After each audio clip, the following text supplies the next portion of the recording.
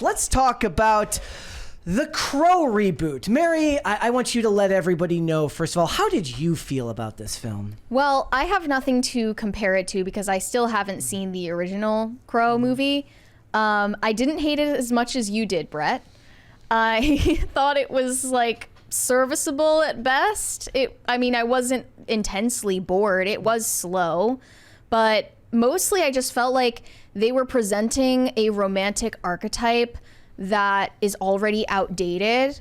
People are like, oh, this is for girls who shop at Hot Topic and their SoundCloud rapper boyfriends. And I'm like, those people haven't existed since 2018. Why are you making this movie about them? It was very Tumblr. It was very, she was fearless and crazier than him. She was his queen, and God help anyone who disrespected his queen. It was very that. It's funny you mentioned that, because after the movie, when we're in the car, I said, who is this for? Who is this movie for? Because it wasn't for the fans of the old movie. No. It's not for today's young, hip crowd, although they try, right? Today's modern audience. That's really what it comes. Is it for today's modern audience? I don't know. The modern audience. It's not even for them. Right, exactly. It's not for anyone. Look, I fear doing this review because I'm not going to be able to articulate in the right words just how awful this movie truly is. It takes none of the lessons from the original film. It captures none of the underlying story. It doesn't understand why people rooted for Eric upon his resurrection. It doesn't understand why Shelley is a character worth dying for and then being resurrected and doing horrible things for. Yes. I didn't understand why we were supposed to root for them. Yes. In the original film, Eric and Shelley are two beautiful souls that are connected while living in this disgusting, grimy world full of drugs and criminality and murder and death. And they are set to be married on Halloween, which is a fantastic hook. And the eve of their wedding, Shelley is raped and murdered, and Eric is murdered, and there is a beautiful innocence and an ethereal nature to Shelley that is the driving force behind why a character like Eric would come back to life a year later and avenge her murder and death, her murder and her rape. In this film, they implicitly turn Eric and Shelley from these two kind characters who live in filth around them, take care of a young child who's been abandoned by her drug-addicted mother before they are then murdered by scumbag drug-addicted criminals, and turn them into hedonistic, degenerate drug addicts. There is no hook to this movie. There is no reason to empathize with either character. There is no love. There is no passion. There's no connection. They say the word love 10,000 times. What you have is Eric and Shelley on a 2-week drug bender falling in lust, and that isn't a reason to come back to life from the afterlife and murder a bunch of criminals. I'm sorry. I thought I was going to be the cynical one. No. I thought, no one's going to agree with me on this. Like, why should we sympathize with them? Two junkies in a self-destructive bender for 2 weeks, and suddenly he's going to fight to the death for her. The anti-drug message in the original film is implicit. We got a 20 from Vilter Drucky. Yeah. Craig here. Sweet. Hey. Hi. Thank you. So you were saying? Okay, so the anti-drug message in the original is implicit. All the criminals are drug-addicted scumbags. Top Dollar is literally seen in one scene, him and Micah. They're there with a mountain of cocaine that he snorts right before he kills someone. The same is true of Fun Boy, who is dating Sarah, the young girl that Eric and Shelley have been taking care of. They have been taking care of her because Darla is a drug addict who's dating a criminal who eventually went on to murder Shelley. And after he comes back to life and he kills Fun Boy, he pulls morphine out of the arm of Darla and says, "You have a daughter at home. Take care of her." Okay? By making the main characters lustful, degenerate hedonists, you get rid of all of the impactful message of the original, and it's just mired in today's accepting of degeneracy. Well, they even acknowledged that when they had escaped rehab. Shelley says, I just escaped rehab with a total effing degenerate. And I'm like, is that a joke? Why am I supposed to care if he comes back to life to save this woman? Yeah, I don't get it. There is an angelic and an ethereal nature to Shelley in the original film that this movie captures none of. Did you see the original? It's been like 30 years now. I watched some. Okay. I watched some clips to prep for it, so it's been a long time. But I did watch a lot of the clips to prep for it on YouTube. Yeah. There is also a backstory to Shelley that is not in this in the original film that they put in here because they wanted to get rid of the idea of fridging. They couldn't kill her character and turn her into a plot device because modern 2024 won't allow a female character to be a plot device. Mm-hmm. So she is captured on video doing something horrible while under the spell of one of the criminals in this movie. The other problem this movie have is that the original movie had Top Dollar, Fun Boy, Tintin. These were all played by charismatic actors that really, really nailed their performance. Certainly the actor who voices Fun Boy has one of the most iconic voices you will ever hear, and every single bad guy in this movie is a charisma vacuum that you can't wait to get off the screen. So the main villain is Mr. Rogue, and I thought he should have been played by Alec Baldwin so I could hate him more. I couldn't muster it up. Yeah. He does speak very slowly when he speaks. He's supposed to be very rich and empowering, but at the same time, he's very boring. The point of the original movie is that in a grimy, disgusting world full of crime and drugs, Eric and Shelley have a beautiful, pure connection. But like the fact, I cannot understate how important the fact that they died on the eve of their wedding was. Mm-hmm. What is more of an interesting hook to you? A beautiful couple dying on the eve of their wedding, or drug addicts dying on a 2-week bender? Fuck that. After like coming into their apartment from a rave. Yeah. I like this side of you. This is good. Me too. When I talk about this, here's the thing. When I pitched this movie to Mary, I didn't pitch this side of it. I pitched the fantastic pacing of the original, which is breakneck. From the moment that he's brought back to life, you're off to the races with him killing bad guys. And there's some minor breaks where he talks to Officer Albrecht. This movie's just like, something kind of happens. Stop! Talk for 20 minutes. No, Eric is frustrating because he is like clueless about what he's doing. He's like, what's going on? Am I dead? Yeah. And he's like, can I have a gun? He goes to his friend. Okay, he's no, like, can I have a gun? So here's the thing. In the original movie, He's just an idiot. In the original movie, he comes back to life. He kills Tintin with like 6 different knives, and then he immediately goes to the shitty pawn shop with the criminal pawn shop owner who has his wife's wedding ring, sets the place on fire, steals a gun, the ring back, and says, go tell Top Dollar and the rest of these scumbags they're gonna die. That's how he gets his weapon. And this one he's like, can I have a gun? And he like I need takes a it gun. out of a bag of hot Cheetos. And the guy gives him some bullets. He's like, okay, thank you for the gun. It just grinds to a halt constantly. This is the worst movie of 2024, bar none to me. And then It when really is. Eric finally sees the video of Shelley, are we doing spoilers? Yes. She murders someone in the video Because under the she's- spell yes. of Mr. Rogue. When he finally sees that, despite the fact that he knows Mr. Rogue does this to people, puts them under a spell to control them, he's like, oh my gosh, she murdered someone. I can't do this anymore. The plot was too And then convoluted. he like dies, and then he's like, wait, no, like give me another chance. And he makes a trade-off that he's gonna go to hell instead of her, and she's gonna live. Here's And then she's gonna like go on to live a normal life and be a musician while he's in hell. Okay. 'Cause that's what she deserves. I will give this movie some credit. Some of the gory action scenes were great. Yeah. There was some uncompromising gore that you would expect them to cut away from. The only way this movie could have been worse is if they tried to edit it down to PG-13. That's the only way this movie could have been worse. There's some great scenes where he just pushes a katana through a dude's face that looked great. There's some bones that pop through the leg that reset that are shot very close up that are captivating and great. Here's the problem. That's every scene. It's like there's like 2 seconds of action and then 10 minutes of him walking to some song that doesn't fit the theme of the movie at all. The soundtrack was also frustrating. Yes. Did you feel that Yeah. way? Yes, it was awful. And yes, I didn't see Borderlands, guys. So Like I thought I don't. if you're gonna make it into this like Hot Topic SoundCloud rapper late 2010s vibe, at least play a Lil Peep song What was that?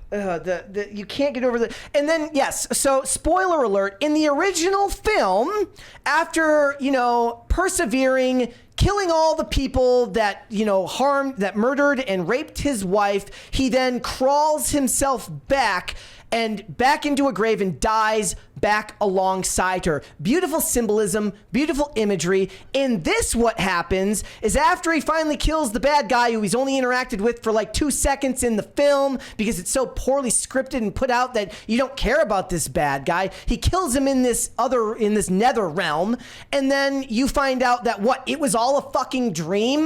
No, I'm sorry, it was all an overdose related dream in which she is revived by medics and he's just dead. But the so medic, did none of this stuff actually happen? The medic is his spirit guide. Yes. So, okay, you're obviously very passionate about this, and rightfully so, and I appreciate your passion.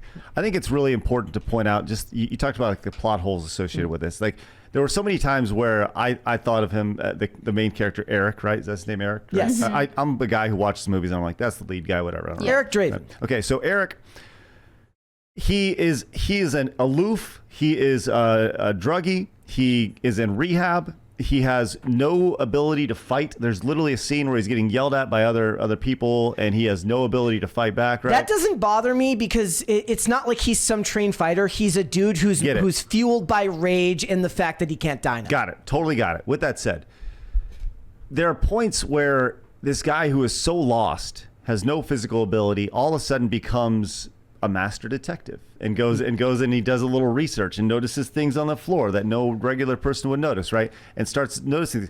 So the one scene for me that really was like, what the hell, was where he pulls the thing away from the wall, the chest or whatever, gets out the key or whatever it is that has the logo on it for the building that the people are at, the Rogue or whatever. Nice. And he's like walking down the street, and the only car on the street that he passes just happens to be the guy who murdered him. And he literally stops and and walks back. And he goes, oh, it's that guy. Like, if you're that guy who literally murdered the guy who's walking down the street, don't you, like, I don't know, maybe...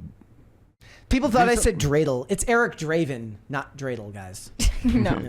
No. And to be fair, they said this isn't a remake of the original film. It's obviously not, because there wasn't supernatural elements to the bad guys in the original. There was to, obviously, the Crow bringing him back to life. But Top Dollar was just a slumlord, just a dude, criminal, right? And infinitely better when you have cool names like Fun Boy and Top Dollar and Tintin. Mm-hmm. And you can't recapture the grime of a movie made in the 90s. When you watch the 1994 Crow movie, you legitimately look like anywhere they turn, something bad could happen to them, because it looks so realistic, right? It's rainy, it's dirty, it's gross. And they tried to recapture this. There's some slow motion visuals. Looks like somebody's like, let's make some scenes from the show Hannibal, but with less class and worse. And then after they did that, they focused on, to their credit, I suppose, practical blood effects, where there's a lot of blood coming out of wounds and stuff like that. But it doesn't capture any of the realism and grime that the original film had. There's 20. And another from Garfield's Bizarre Adventure. All right, Craig, not a fan of Katie Did the Dog Whisperer. Fair enough. How about a story about a pie maker named Rethan Van Scammer? He is married, but secretly meets guys on Craigslist behind a pizza parlor in Jersey. Advice? Yeah, good luck with that. I think that sounds like a really interesting book. Here's the thing, and I'm going to focus on this a little bit. This has to come back to the fact of what they did to the character of Eric and Shelley. There is an implicit knowledge that people have that when you frame characters as drug addicts, they can be either bad guys or they can be a lost soul who's worthy of redemption and looking to, to change their life and do better. There is none of that in this. Like I compared it to Jesse and Jane in Breaking Bad, where all of the viewers were rooting for them to finally recover together. Yeah. But these two don't want this that. Is the opposite of that. They're literally like drinking Hennessy and popping ecstasy pills and having sex in her friend's apartment.